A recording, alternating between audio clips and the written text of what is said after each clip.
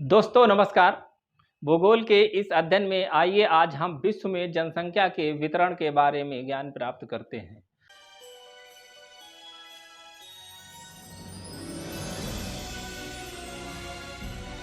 तो दोस्तों देखते हैं आज के हमारी इस पृथ्वी पर जनसंख्या कहाँ-कहाँ और किस हिसाब से बसी हुई है। और जनसंख्या के वो 4 बहुत ही महत्वपूर्ण समूह हैं जहाँ पर जनसंख्या बहुत ही घनी बसी हुई है, उनके बारे में भी चर्चा करेंगे। तो दोस्तों जैसा कि हम लोग जानते हैं कि हमारी इस पृथ्वी पर लगभग 70% भाग में जो है वो जल ही जल है और केवल 30% भाग में ही स्थलखंड हैं और जहाँ पर जनसंख्या रहती है। तो इस तरह हमारे इस क्षेत्रफल का बहुत सा भाग जो है वो जल से घिरा हुआ है। पृथ्वी के संपूर्ण क्षेत्रफल का बहुत सा भाग जल से घिरा हुआ है और शेष जो महाद्वीप और द्वीप हैं उन्हीं पर ही जनसंख्या निवास करती है। और 2 भागों में पृथ्वी को बांटा जाता है, यानी विषुवत रेखा से ऊपर उत्तरी गोलार्ध और विषुवत रेखा से नीचे दक्षिणी गोलार्ध। तो उत्तरी गोलार्ध में स्थलखंड अधिक हैं और दक्षिणी गोलार्ध में स्थलखंड कम है। इसलिए उत्तरी गोलार्ध में लगभग 80% जनसंख्या निवास करती है, वहीं दक्षिणी गोलार्ध में लगभग 20% जनसंख्या निवास करती है। तो इस तरह से हमारी इस पृथ्वी पर जनसंख्या का बहुत ही असमान वितरण पाया जाता है। हमारी इस पृथ्वी पर लगभग 10% ऐसे क्षेत्र हैं जो इतने घने बसे हुए हैं जहां पर लगभग 90% विश्व की जनसंख्या पाई जाती है और 90% क्षेत्रों में केवल 10% विश्व की जनसंख्या निवास करती है। वहीं जनसंख्या घनत्व में भी हमारे इस पृथ्वी पर बहुत बड़ा डिफरेंस पाया जाता है, क्योंकि कुछ क्षेत्र ऐसे हैं जहां पर 1 किलोमीटर में केवल एक ही जनसंख्या रहती है, यानी कि वहाँ का घनत्व केवल 1 है।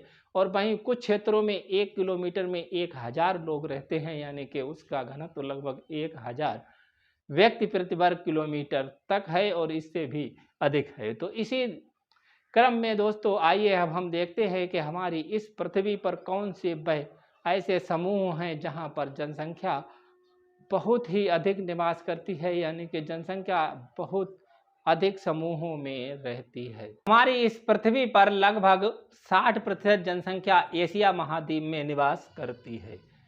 चूंकि हमारी इस पृथ्वी पर सबसे बड़ा महाद्वीप एशिया महाद्वीप है, इसलिए सबसे अधिक जनसंख्या भी एशिया महाद्वीप में ही निवास करती है और एशिया महाद्वीप उत्तरी गोलार्ध में अधिक पड़ता है। तो इस तरह एशिया महाद्वीप में 2 बहुत ही बड़े जनसंख्या के समूह पाए जाते हैं, जिसमें कि एक जो है वो समूह है पूर्वी एशिया और दूसरा समूह है एशिया का दक्षिणी भाग, यानी कि दक्षिणी एशियाई समूह। तो ये 2 समूह जनसंख्या मिलकर लगभग विश्व की 60% जनसंख्या इन्हीं 2 समूहों में निवास करती है। तो दोस्तों आइए देखते हैं कि हम पूर्वी एशिया अब इस तरह से पढ़ेंगे कि हम पूर्वी एशियाई समूह, तो पूर्वी एशिया कहाँ से कहाँ तक है, तो इसका विस्तार जो है वो चीन, जापान और उत्तर कोरिया और ताइवान इस तरह से है। यानी कि चीन की साइड का जो एशियाई भाग है उस भाग में जो देश पड़ते हैं उन देशों में चीन पूर्वी एशिया समूह पाया जाता है और ये एशियाई समूह कृषि पर पूर्णतया निर्भर है। वहीं चीन में उद्योग धंधों का भी विकास अब हो गया है। तो इसकी स्थिति के बारे में यदि बात करें तो ये 33 से 37 उत्तरी अक्षांशों के मध्य पाया जाता है, यानी कि ये 33 से 37 उत्तरी अक्षांशों के मध्य पाया जाता है। साथ यहाँ पर जनसंख्या का जो है वो बहुत ही बड़े बड़े नगर भी विकसित हुए हैं, जैसे कि जापान का टोक्यो सबसे बड़ा नगर है और जापान का कुछ क्षेत्र ऐसा है जहाँ पर बहुत अधिक जनसंख्या मिलती है, लेकिन उत्तर जापान में जो है वो जनसंख्या कम पाई जाती है। वहीं जमाओ इस जनसंख्या का नदियों के पास हांग हो, यांगटी, सीकियांग और सीकियांग नदियां जो हैं इनके तलाटी क्षेत्रों में बहुत अधिक जनसंख्या पाई जाती है और यहीं पर चीन का बीजिंग नगर भी है। तो दोस्तों इस तरह से हमारे इस क्षेत्र में जनसंख्या का जमाव पाया जाता है और इस क्षेत्र की जो जनसंख्या है उनका मुख्य व्यवसाय जो है वो कृषि है। वहीं पर अब कृषि से संबंधित बहुत से उद्योग धंधों का भी विकास हो गया है। तो अगला है हमारा दक्षिण एशियाई समूह। दक्षिण एशियाई समूह दोस्तों इतना बड़ा समूह है कि इस समूह में एशिया का ये छोटा सा भाग निकालने के बाद शेष एशिया का जो समूह बचता है उस समूह में ये सभी आता है। तो इसलिए इसका अध्ययन अधिकतर 3 भागों में किया जाता है, लेकिन यहाँ पर हम एक बार में ही चर्चा करेंगे और साथ ही बताते भी चलेंगे कि ये कौन कौन सा एशियाई का समूह है। तो इसकी स्थिति जो है वो 0 डिग्री से लगाकर लगभग 33 डिग्री उत्तरी अक्षांश है और इसका विस्तार जो है वो अलग अलग है और ये 33 से कहीं कहीं ऊपर भी चला जाता है, लगभग 40 और 45 डिग्री तक ये विस्तार इसका होता है।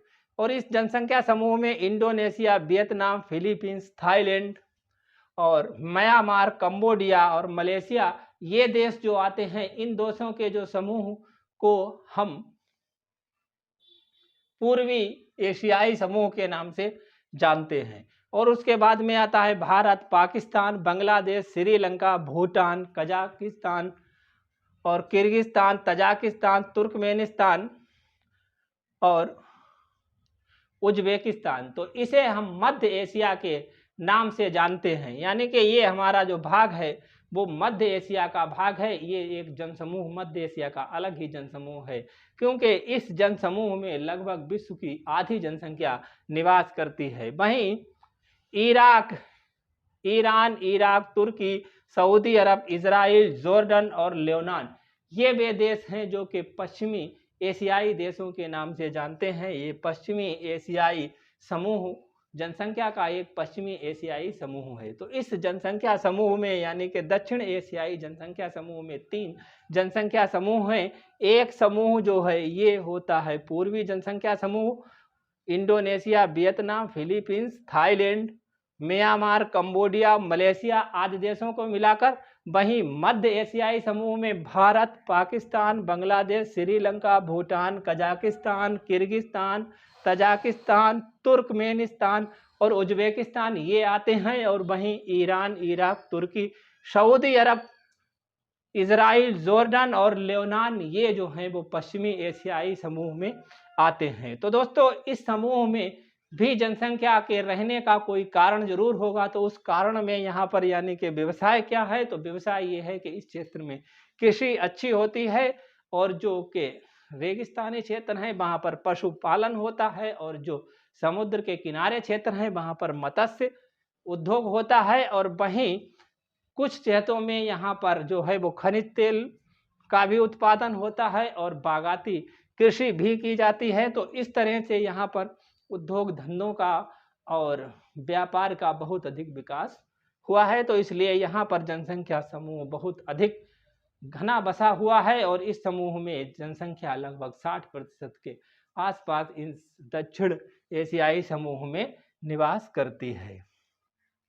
और यहाँ पर जो जनसंख्या का जमाव है, यहाँ पर 1000 व्यक्ति प्रति वर्ग किलोमीटर का घनत्व पाया जाता है। वह नदियों के आसपास है, जैसे कि गंगा, यमुना, सतलज, सिंधु और उसकी सहायक नदी इरावती और शाल्वीन, मीनांग, मेकांग और लूनोज द्वीप और तेल क्षेत्र प्रदेश जो हैं, इन क्षेत्रों में और औद्योगिक नगरों के आसपास यहाँ पर जनसंख्या का विकास है, यानी जनसंख्या का यहाँ पर जमावड़ा पाया जाता है। तो अगला यूरोपीय क्षेत्र है, यानी एक यूरोपीय क्षेत्र है जहाँ पर जनसंख्या अधिक पाई जाती है और ये उच्च अक्षांश का क्षेत्र है। ये जो है वो 40 से 60 डिग्री उत्तरी अक्षांशों के मध्य तक विस्तृत है, लेकिन यहाँ पर अधिकतर जनसंख्या जो है वो 45 से 50 के मध्य ही पाई जाती है। तो उत्तरी अक्षांशों के मध्य ये 45 से 50 के मध्य पाए जाने वाला ये क्षेत्र है जो कि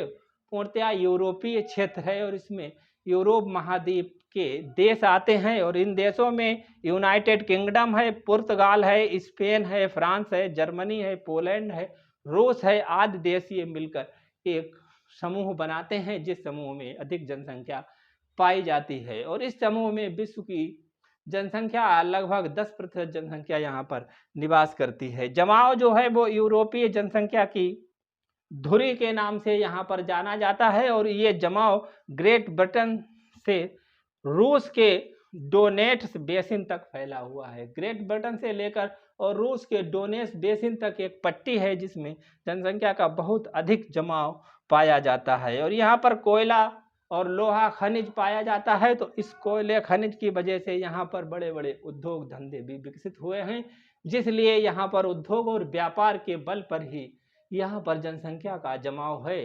क्योंकि ये जो जमाव बाकी थे, यहाँ पर कृषि अधिक है, कृषि प्रधान है, और ये उद्योग प्रधान जमाव है। यहाँ पर जनसंख्या उद्योग प्रधान है और व्यापार प्रधान जनसंख्या है। तो नदी बेसिन तटों के सहारे यहाँ पर जनसंख्या निवास करती है और ये लोग जो है बाहर से व्यापार करते हैं। तो अगला एक और है पूर्वी एग्लो अमेरिकन, यानी कि पूर्व का एग्लो और अमेरिका का क्षेत्र जो है उसमें, तो इसका स्थिति विस्तार में इसमें 4 क्षेत्रों में बांटकर हम देखते हैं जहां पर जनसंख्या का अधिक जमाव है। अटलांटिक तटीय प्रदेश, यानी कि यहाँ पर जो है अटलांटिक के तट के पास में अमेरिका में जनसंख्या का जमाव अधिक मिलता है, जो है कि बोस्टन और न्यूयॉर्क तथा फिलाडेल्फिया तक ये फैला हुआ है। अगला है ऊपरी ओहियो घाटी।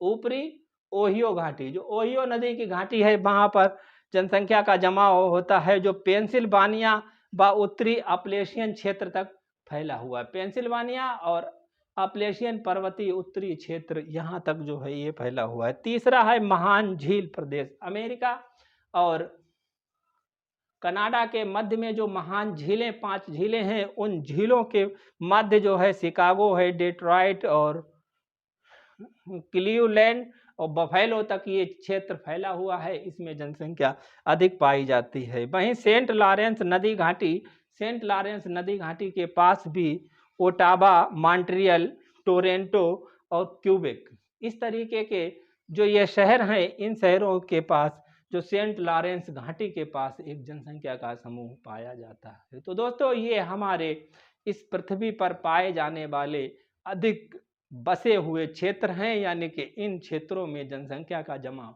अधिक है और अन्य क्षेत्रों में जनसंख्या बहुत ही कम पाई जाती है, जैसे कि रूस का साइबेरियन प्रदेश और मरुस्थलीय प्रदेश, सहारा का मरुस्थल और अफ्रीकी क्षेत्र। तो अफ्रीका क्षेत्र में भी कुछ क्षेत्रों में जनसंख्या पाई जाती है, वहीं ऑस्ट्रेलिया में भी कहीं जनसंख्या पाई जाती है। यहाँ पर जनसंख्या बहुत ही कम मात्रा में पाई जाती है, क्योंकि यहाँ बीहड़ और बीरान क्षेत्र हैं और ये अभी तक अविकसित क्षेत्र हैं। तो दोस्तों, आज के लिए इतना ही। मिलते हैं अगले वीडियो में एक नए टॉपिक और एक नए अध्याय के साथ। तब तक के लिए जुड़े रहिए हमारे चैनल से। धन्यवाद।